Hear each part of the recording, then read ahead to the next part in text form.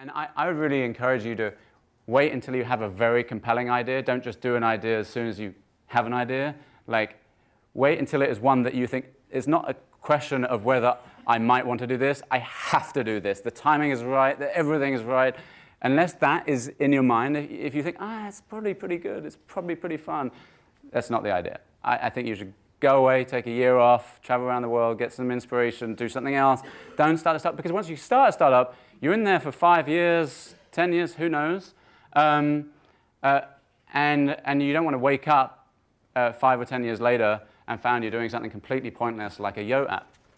And so, like, do something meaningful to help the world. Like, don't at all budge on that constraint, is my advice. I've got some other things. Don't do an MBA. I don't see any advantage to that.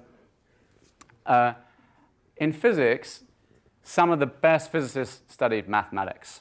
My old supervisor at Oxford had studied mathematics, and a lot of the best physics people had studied mathematics. The best philosophers, I studied philosophy a lot of the best philosophers didn't study philosophy. They studied history, or they studied neuroscience, or they studied something, but they didn't study philosophy. And I think the same is true in business. The best business people didn't study business.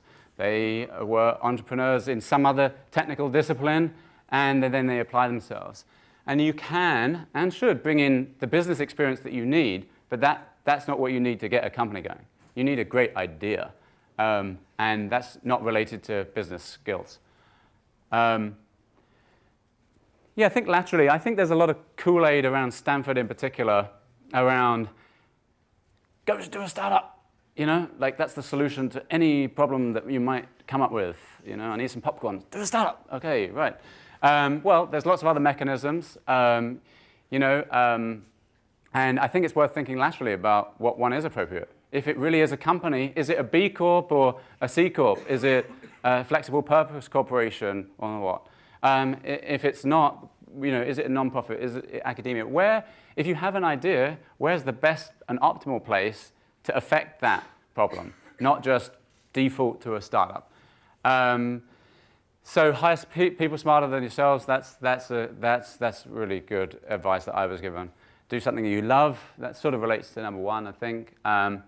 Get ready for a wipeout. I liken doing a startup to having children. Not that I've had any, but it seems like that. Like the first few years is a wipeout, and that seems like everyone's experience of having kids. Have humility. What I mean by that is, I think it's good to wait until you've done something before announcing it.